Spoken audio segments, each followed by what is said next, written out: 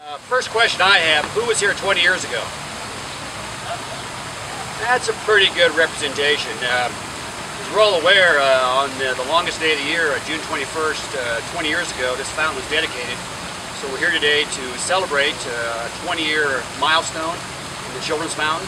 We're going to talk a lot about the details related to that fountain as we progress through our program this morning. So that's a significant milestone. And, you know, fountains take, at least the weather I should say, takes a little wear and tear on your fountains. The freezing and falling temperatures, the humidity, of course, just the moisture itself takes a little toll on our fountains. So we've been involved in the Wish Upon a Fountain campaign throughout our city, and a lot of great fountains are being restored through the efforts of private fundraising efforts to the City of Fountains Foundation. And this is one of them today that we want to make some announcements on our next steps to do some necessary repairs to this particular children's fountain. There's some photographs over here on the board that show you some of the examples of what needs to be done. The fountain is running great right now and the water's flowing through it, and this gives you a little way to see some of the things that deteriorated over time.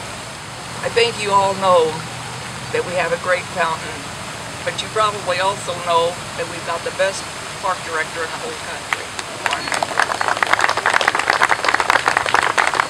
And I say that, Mark, when you're not around.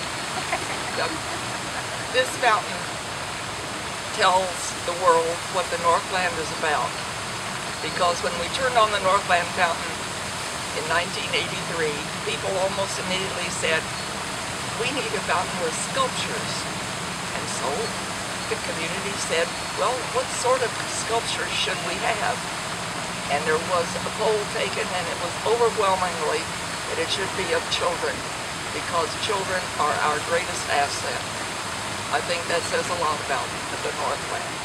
But I do want to just say that it marks another success in our 2-year campaign with Wish Upon a Fountain to raise private dollars to fix take care of some of the exceptional needs of 9 different fountains in the city.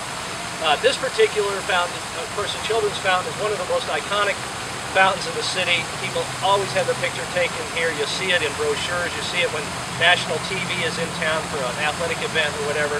You see the J.C. Nichols Fountain, and you very, very often see the Children's Fountain.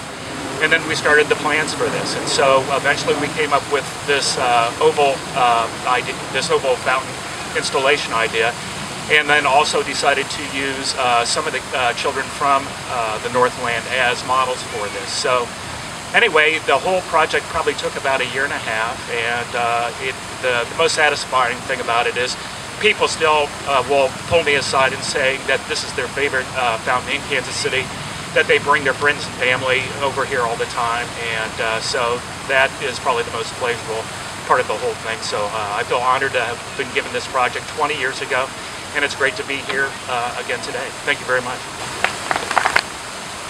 I was asked to state, what does it mean to me to be one of the figures that was actually sculpted in the Children's Fountain? And I have to say, I came up on the airplane with a couple of items, just 5 I'll briefly go through. One is that it's a time capsule of the youth of not myself, it's the youth of Kansas City. Every time you look at one of these, especially myself now at 852, I don't see myself, I see all children. It also represents my roots for family and education. As you see, I was born here and raised, but I also was a graduate of Park Hill High School. And being a graduate of Park Hill High School has actually provided me with the opportunity and the education not only to become a lawyer, but also to practice entirely throughout the world.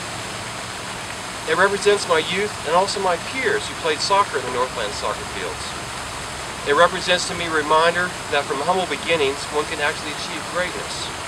And finally, it taught me that if one does give of one's own self, eventually others will follow. Case in point, as it was explained to me by Anita Gorman, Audrey, the very first sculpture of a young girl on the very end. You can't tell, but Audrey's actually an African American. At that time, there was not much integration going on, and yet here in our fountain, there is a form of integration going on. And that's basically my thoughts. So I thank you very much for supporting this fountain. It means a lot to me, and I know it means a lot to our community.